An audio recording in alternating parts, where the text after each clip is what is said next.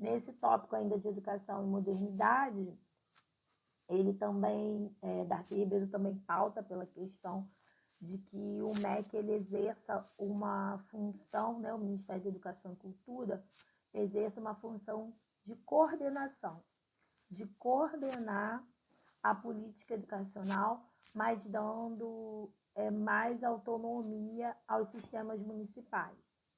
Então, ou seja, descentralizar, né, essa questão educativa. Como hoje, de certa forma, a gente vê onde o município é responsável pela educação infantil e ensino fundamental. Aí o Estado ele é responsável pelo Fundamental 2 e médio. E a esfera federal também tem responsabilidade referente ao ensino médio e universitário.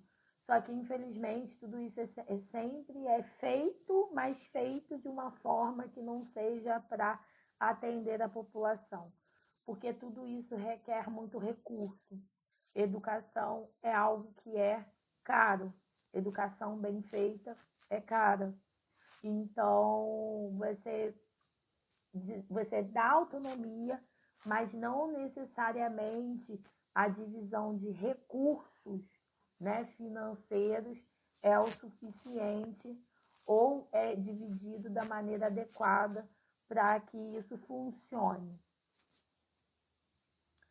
Aí, avançando no próximo tópico, a nova lei da educação, né, quando ele deixa claro que quando ele volta do exílio, ele acompanhou a discussão de lei de diretrizes e bases na Câmara dos Deputados e ele chega a preparar 48 emendas. Mas ele diz que, lamentavelmente, o projeto saiu da Câmara com cerca de 298 dispositivos.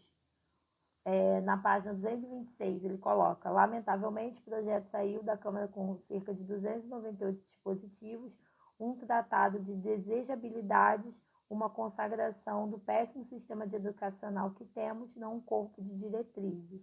Então, ele deixa bem claro o tempo todo no capítulo a insatisfação dele, as denúncias referentes a como que essa educação é vista, né, e oferecida, porque qual é o maior público da educação? Para quem que a educação deveria se voltar? Das classes trabalhadoras, é a maioria. Mas, infelizmente, essa educação que é pensada para as classes trabalhadoras, que é pensada para essa maioria, é uma educação precarizada, porque não se deseja uma educação, vou usar uma palavra que ele usa bastante no texto, civilizatória. E, infelizmente, a gente vê isso no cotidiano, essa ausência de civilidade.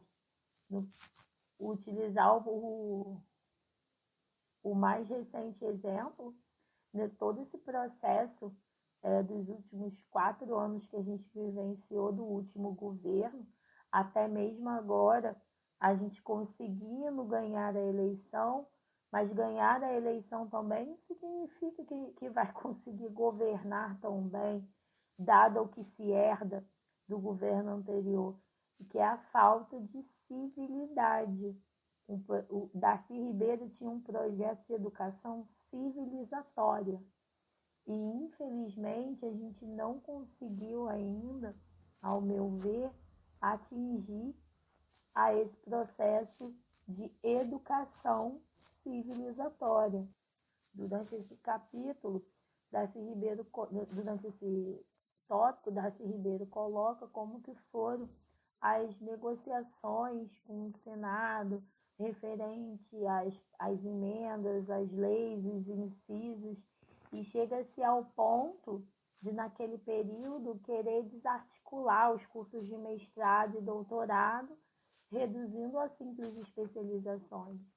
Queria que era praticamente como se qualquer um pudesse entrar numa universidade e dar aula, porque a vontade até então, naquele momento, da classe da elite seria desarticular a educação do sistema internacional de graus acadêmicos. Então, aí ele coloca no texto que o dispositivo mais grave seria desobrigar de estudar o professorado, né, das escolas privadas. E o que fica bem claro durante todo o percurso de leitura é que são as disputas, né? A educação é um campo de disputa de poder. Então fica muito claro a disputa de quem deseja que isso seja um bem público, de qualidade, acessível a todos, e quem transforma a educação em mercadoria e quer entregar isso de alguma forma para o âmbito privado. E que, infelizmente, aí se para pensar se com a educação dita formal, né, que é a educação formal, eles fazem isso, não querem dispensar os recursos necessários, as propostas necessárias, quiçá a educação não formal. Principalmente quando a gente vê que tudo deveria ser ofertado para, principalmente voltado para a classe trabalhadora. Então, não há esse interesse, não há esse desejo. O reitero aqui o projeto do CIEP, que é uma coisa linda, né, de se ler, mas que você integraria educação formal e não formal, trabalharia ali com 3 pontos essenciais: educação, saúde e assistência social, o que